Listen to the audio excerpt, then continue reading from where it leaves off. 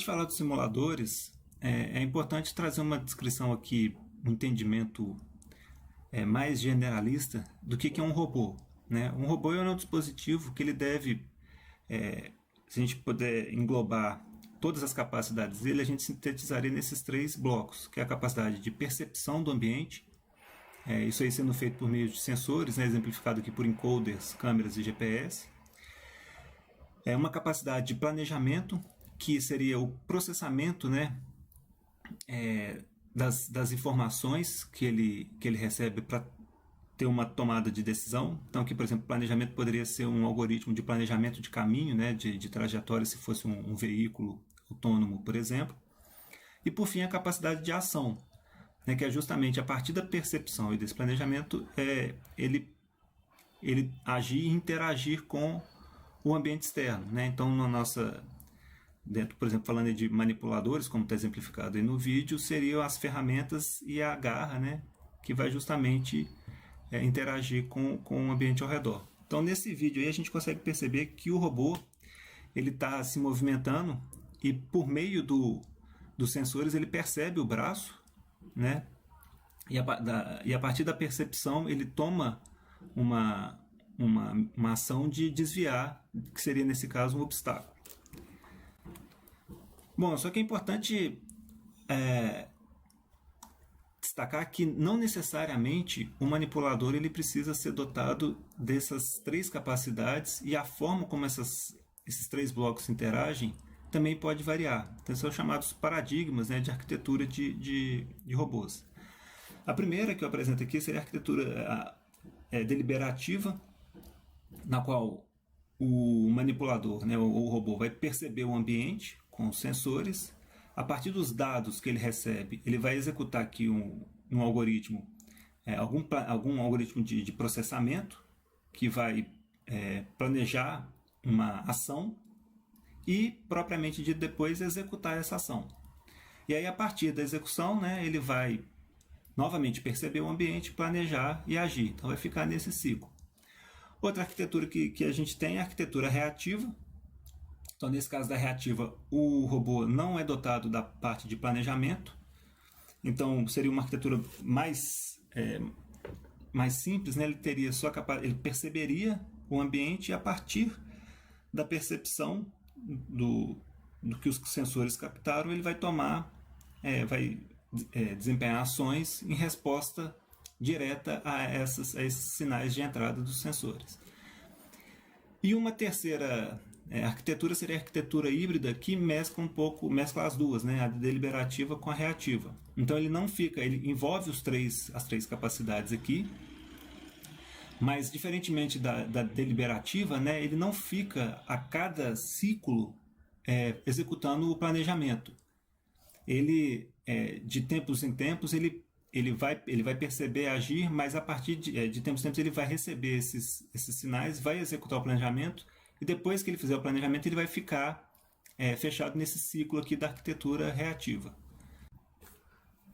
Bom, é importante ressaltar, né, que independentemente de qual paradigma vai ser utilizado na construção de robô, o processo de desenvolvimento não é tão trivial, né? A partir que as tarefas, as atividades que o robô vai desempenhar vão ficando cada vez mais complexas, o custo e o tempo de desenvolvimento desse robô vai ficando cada vez maior. Então, não é simplesmente, né, pegar sensores, conectar aí num computador, num microprocessador, um microcontrolador, e na outra ponta conectar uma garra, uma ferramenta, uma roda, e sentar no computador, escrever um programa, juntar tudo e desenvolver, e está pronto o robô. Né? Existem, claro, exemplos de baixo custo e de complexidade baixas. Né? Na internet tem vários fóruns, por exemplo, o Seguidor de Linha, né? Que é um projetinho de entrada assim, para quem está mexendo com robótica. Mas a gente vê, né, por exemplo, que grandes empresas todos os anos promovem desafios aí em robótica, chamam grupos de pesquisas ou indivíduos interessados para justamente tentar achar uma solução para problemas envolvendo robôs. Obviamente, quanto mais complexa é a tarefa, né, mais difícil vai ficando de encontrar essas soluções.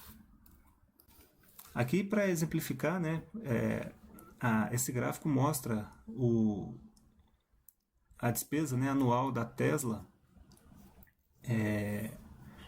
com pesquisa e desenvolvimento. Né? A gente, né, conhece aí a Tesla, o produto, né, que a gente amplamente difundido são os veículos autônomos, e a gente vê aqui que, né, o custo com pesquisa, né, de 2010 a 2020, né, foi crescendo, né, a cada ano, chegando aí a aproximadamente 1,5 bilhão de dólares. Outro exemplo, né, é o projeto Perseverance da NASA, né, que enviou aquele robô para Marte, né, que está lá atualmente fazendo imagens, né, explorando e coletando materiais para fazer pesquisa sobre, né, não só o clima, mas o solo de Marte. E a gente tem aqui também, mais uma vez, a dimensão do custo e da complexidade desse projeto, né, sobre dois aspectos. Né? Então a gente vê aqui que o custo, né, foi aproximadamente quase 3 bilhões de dólares. E essa foto aqui mostra, né, está lá no site da NASA, a equipe envolvida na construção desse robô. Né? Então, a gente, a partir desses exemplos, né, a gente vê o seguinte, que construir um robô, né, para aplicações específicas traz consigo um custo muito alto. E construir, né, e ficar testando, né, ou seja, você constrói tudo, monta e deixa para ver na hora se vai funcionar ou não, e aí se não funcionar você corrige, não é uma opção. A gente tem um exemplo aqui, né, desse custo aí na casa de 3 bilhões de dólares. Né? Se você imagina só se esse robô, né, fosse enviado para Marte e na hora de aterrissar em Marte, eles esqueceram de verificar ou de testar alguma coisa e o robô simplesmente não abrisse, por exemplo, paraquedas, ele caísse e destruísse lá, né? Então, o tempo que foi gasto no projeto e o custo demandam esses cuidados, porque senão inviabiliza a proposta, né, nesse caso aí, da exploração espacial. Então, é por isso que um recurso importantíssimo, né, para poupar tempo, né, e dinheiro principalmente, é a simulação. Né? Então esse vídeo aí mostra fornecido também, disponibilizado pela NASA, é um vídeo de simulação da abertura do braço do robô, né? Só ilustrando aí o processo de simulação. Bom, então partindo do princípio, né, que a gente não tem acesso a uma equipe tão grande quanto aquela mostrada anteriormente e a verba, né, na casa de bilhões de dólares, é prudente, né, e necessário a gente utilizar os simuladores. Né? Então, o primeiro que eu apresento aqui é o Toolbox de robótica, para o MATLAB, que é desenvolvido pelo professor Peter Cork. Esse Toolbox é muito utilizado nas aulas de robótica, por ser simples, né, de simples programação. As funções são bem intuitivas e ele permite verificar diversos conceitos que são estudados na parte de manipuladores, como a parte de cinemática direta, cinemática inversa, velocidades e jacobiano. Bom, outro simulador, esse é open source, é o WeBots, né, um software para simulação de robôs. Ele possui alguns modelos, né, e permite que sua programação pode ser feita em diferentes linguagens, né? Por exemplo, o C, o C++, ou o Python. Bom, outro simulador seria o Carla, que é também open source e dedicado para a simulação de veículos autônomos. Né? Então, nesse caso aí, por exemplo, fazer um veículo tipo o Tesla 3 que eu mostrei ali anteriormente, com o Carla é possível né, desenvolver projetos nessa área. Outro simulador também open source é o AirSim, dedicado a principalmente a fazer simulação aí com drones, né? Então a gente tem aqui a imagem, a tela do simulador, a gente tem aqui 3 câmeras, né? Que estão fixadas ao drone, e aí você pode, né, por meio das bibliotecas, por exemplo, controlar esse drone, né, por controle, né, conectar o controle ao computador e fazer um voo, né, um mapeamento com drone de forma bem próxima ao que seria o real.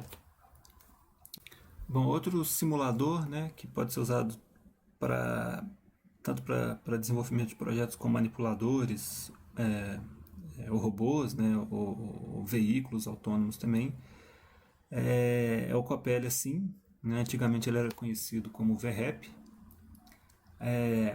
Esse software ele possui uma versão paga, mas também disponibiliza outras 2 versões free, né? Que é e aqui é que eu estou apresentando, né? É a versão educacional, né? Que é o Coppelia Sim Edu. Então ele não tem custo.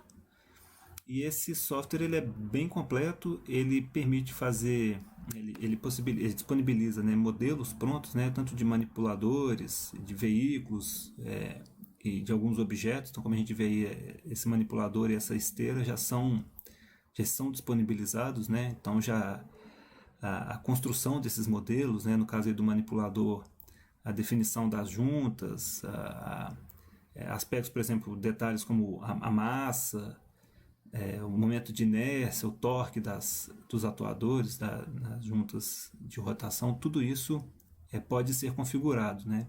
Então você pode usar os modelos prontos ou você pode construir o seu próprio manipulador. Bom, a forma de interação, né? Existem janelas e ícones que permitem fazer a configuração de diferentes aspectos relacionados à cena que você mostra.